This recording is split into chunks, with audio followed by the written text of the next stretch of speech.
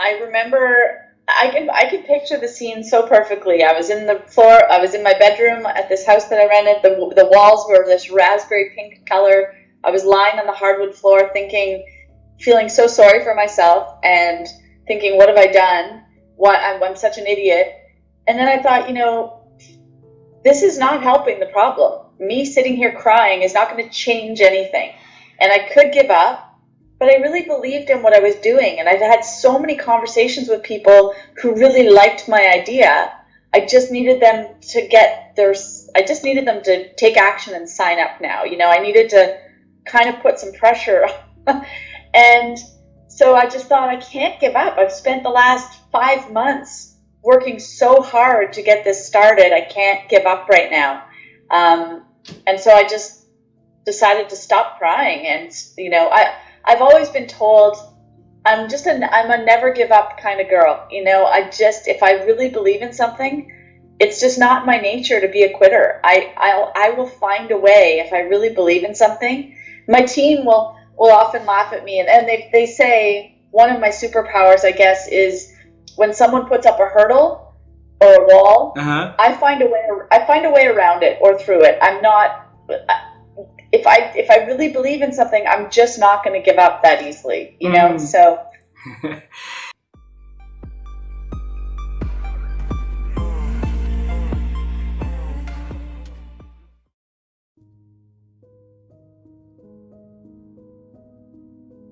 So, General Duke, how have you been improved your ability to think over the years? I think with more knowledge that you get, and the older you get more maturity, and you can analyze situations more rationally than now I can see that happens to me in my life as I've gotten maturity and more experience, and I can relate these experiences to my present experience and apply the lessons that I've tried to learn in the past. And I think life is a building block of experience and relationships. And I found now that since I've become a Christian and a follower of Jesus, I pray more about, Lord, what should I do? And where should I go? And how should we operate in our life, in our relationships? And I've never heard the voice of God in my ears, but I had these impressions in my heart. So it's like God's Spirit speaking to our spirit in our heart. It says, go this way. You have an inclination that you ought to do this. And when sometimes I miss it, but most of the time it works out. So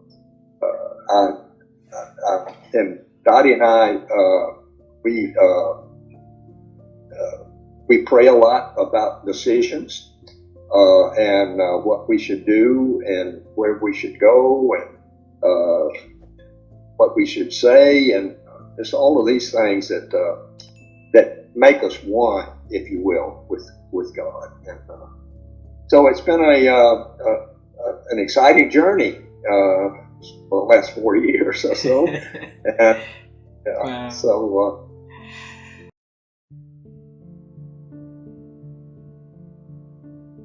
well, that happened as part of my graduate studies. So sometimes one door closes and another door opens up, right? So when I finished my undergraduate studies, I knew I wanted to go on for a PhD. I thought I was going to go into clinical psychology. I had applied for a doctoral program, and thankfully I was rejected. Like, what do I do now? I say, thankfully I was rejected, because I had to step back and say, okay, that didn't work out. So what are my other options? What else might I do? And I knew I wanted to go on for continued studies in the field of creativity. So I thought, okay, well, that PhD in clinical psychology, that didn't work out. Well, I'm interested in creativity. Let me do my master's degree then.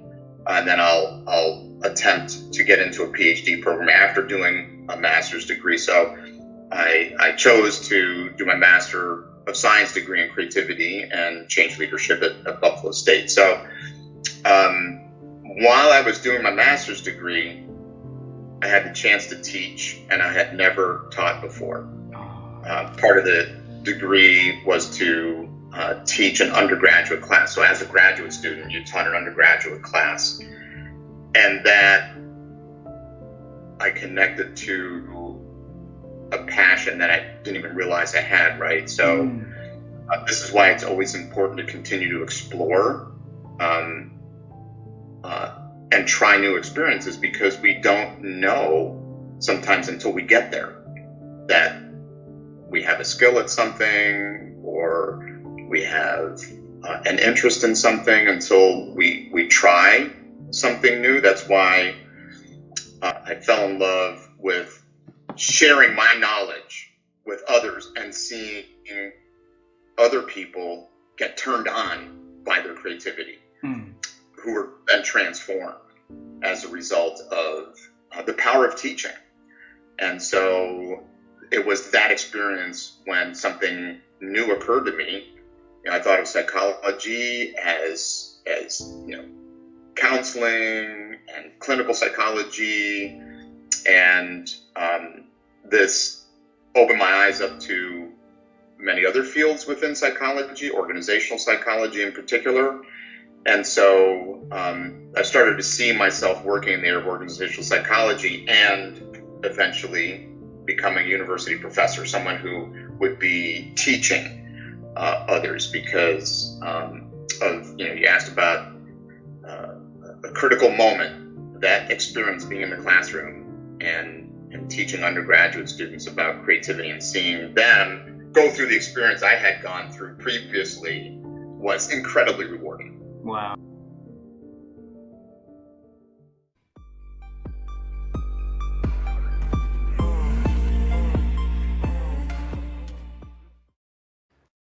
Well, you mentioned your daughter studying psychology. Yes. I'm a big supporter and proponent of therapy, and that helps open your mind. Along the way, and that's part of the book too, that once you hit 9 years old, your soul gets chipped from the world. The reality hits in. It becomes harder to become pure. Until 9 years old, you're very, very mostly pure soul. And so as we get older, we get chipped away, and then it clouds our vision. It's like a car going, an older car. The headlights get so fogged up from being so old and so long and not clean. Therapy will clean all that stuff out in you, give you a lot more clarity. We'll get rid of the things that are holding you back. And the highest level of that would be psychoanalysis, where you go very, very deep into your mind, and you just get a lot of clarity. And once you get clarity, it really is the difference between a cloudy sky and a perfectly blue sky. You can see things you couldn't see before that were holding you back.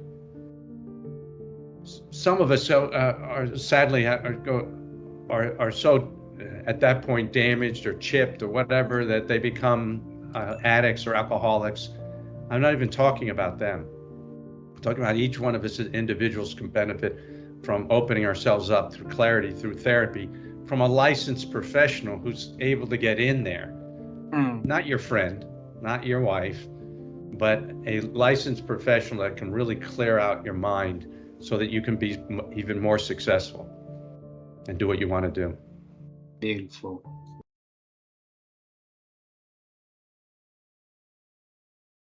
I have to go back to this thing. There's two things. One is this driving curiosity. I mean, it's why I end up starting research projects now, when most people would say, hell, you should have been retired 10 years ago. What are you doing starting new research projects? Because it always takes 3 to 5 years to do a research project and then a few years to get it published. But I'm still curious about certain things. And the other is this belief that we can make our lives and the lives of others around us better. Beautiful. I think, when you stop and look at how little change occurs in a desired direction, and it's amazingly poor results when you actually study that, and you think about all of the things that we as humans do to damage ourselves, like smoking cigarettes or gaining weight or fixating on negative thoughts, or we do to other people. Again, it could be unintentionally, or we could be angry. The things we do to the planet, the things we do to the plants and things around us. It's amazing that we're still here. And not only are we still here, but if you actually study, and this varies by culture, but if you actually study, are people's lives better today than 40 years ago or 30 years ago? The answer is almost completely yes, in terms of square footage of where they live, in terms of caloric intake and their access to food, in terms of healthcare. That's why in most social classes, in most countries and cultures of the world, people are living longer. I mean, we haven't eliminated the germs. What we've done is found ways to battle them. So you look at all these things, and by all of these measures, and this, I mean, you and I are, 8,000 miles apart right now? Something like that? And we're having this conversation about ideas of mutual interest. We've never met. And yet, I'm enjoying your questions. I don't know I hope you're enjoying my answers, but I do. but we're having a conversation that seems to be of interest to both of us. That wasn't possible even 40 years ago. I mean, a smartphone started in 2007. The internet didn't become accessible to most of us till somewhere in the late 90s. And you stop and say, okay, well, back in those days, it was the telephone or the newspaper or the radio, a little bit of the TV, but that was slower.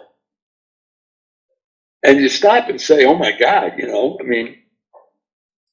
so I look at all of that and I say, yes, there are a lot of things that are wrong that we have to work on and fix. But we're still here. We're still here. And we're still here and doing better than ever before, not for every person, but for more of us than ever before. A higher percentage of the population of the earth does not live under horrendous life-threatening conditions as they did 100 years ago or 200 years ago. True.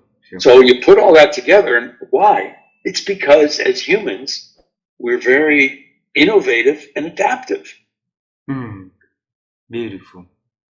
And if my work can help people do that, can help people make that a little bit better, faster, more compassionate, then yes, that's what I'm going to keep working on. Beautiful.